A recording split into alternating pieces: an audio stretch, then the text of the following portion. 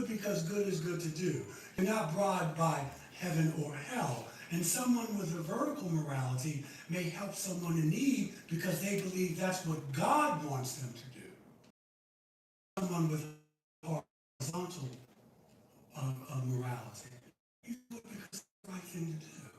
You do it because of their inherent worth and dignity.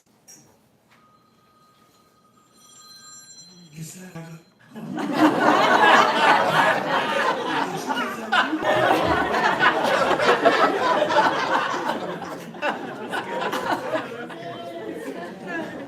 So rather than, there'll be notes outside when I come in.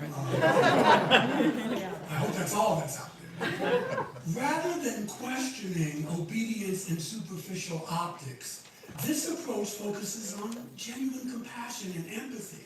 And we need both. If you are a believer, you need that connection, but not at the expense of other people. And so I just want you to get this.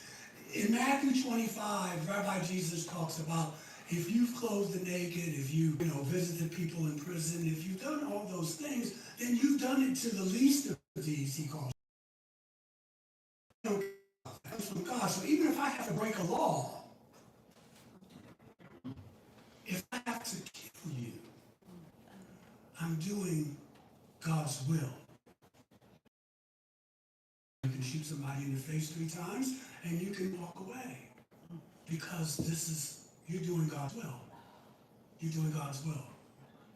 And so they don't have any room for I'm not going to study war no more, or whatever it is we're talking about. They don't have time for that. We are evil and satanic. I mean, these people are playing for keeps because they believe, like we believe, that the very lifeblood of our nation, of the planet, is at stake. They believe the same thing. They just think we'll get there a different way.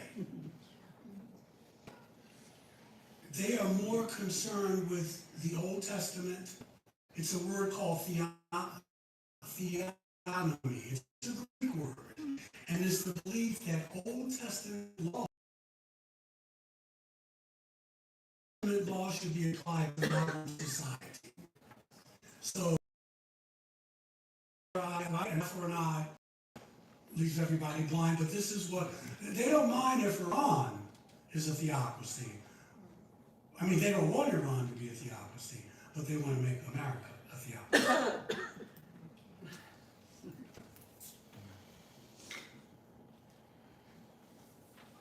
The story in the Bible, Abraham, remember that? And he's going to kill his son, right? And, the angel tells him that Yahweh, wants you to do it. We don't get Sarah's input because she was a woman, but I'm sure she wasn't just like, oh, okay. Time to do that. And you got to figure Abraham, his son is probably going to, because he said, we're just going hunting. And they go past where they usually go. Can you imagine the child with Daddy? Where we got? What was? And he ties them down. I mean, the horror. And of course, at the last minute, an angel comes and says, "Psych! We're just testing you, right?" And that's terrible. Obviously, in that time there was human sacrifice, and they take that story and say, that's okay. That shows you, even if it cost your son. They don't mind if they think their child is gay, they will do, even if they have to hurt them to keep them from being gay. This is the mindset that we're dealing with. Project 2025. This is what we're dealing with. And so I just need you to understand that. I don't want you to, you do what you want to do with it. I don't want you to agree with it, obviously.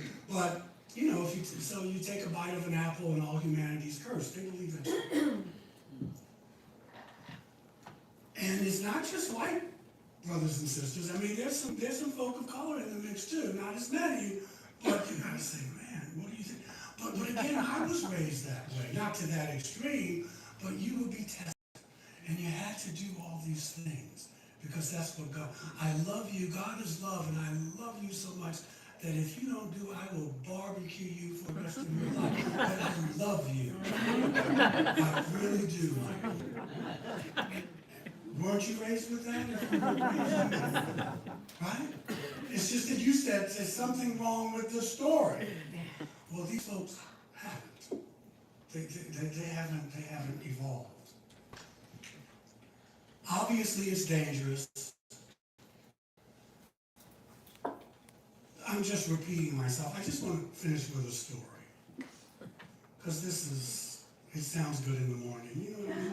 Oh, but I will tell you this. No, I want to end on a high note, but I also want to get, because I want to say how UUs fit into this. And then we'll go home. We as UUs say faith without works is dead, right? Because these brothers and sisters, it's about my personal salvation. It's not about the world. It's about I'm doing what I need to do so I don't need an air conditioner in the afternoon. That's what they're saying. We say faith without works is dead. Faith without action is incomplete. Personal piety can become performative if it isn't rooted in love for others. In a response to Calvinism and this type of limited thinking, our Universalist brothers and sisters, which would be me, and we got some Universalists out there, and Unitarians came on later. We said no. Universalist minister John Murray, his words echo down the corridors of time. He says, go out into the byways and the highways and give the people something of your new vision. You possess a small light, but uncover it. Let it shine. Use it in order to bring more light and understanding into the hearts and minds of men and women. This is from our Universalist side. Give them not hell, but hope and courage, and preach the kindness and the everlasting love of God.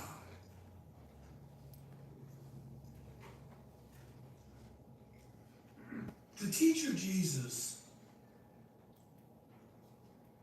says that we should become like salt of the earth, right? You know what that means. You've met people and you'll say, so-and-so is a salt of the earth person.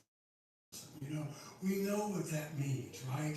It's an authentic person. It's a genuine person. It may be other attributes, kind, gentle. But he says that you need to be salt of the earth. He meant that we should be preserving, flavoring, purifying, and that's what we should be doing in the world, like salt does.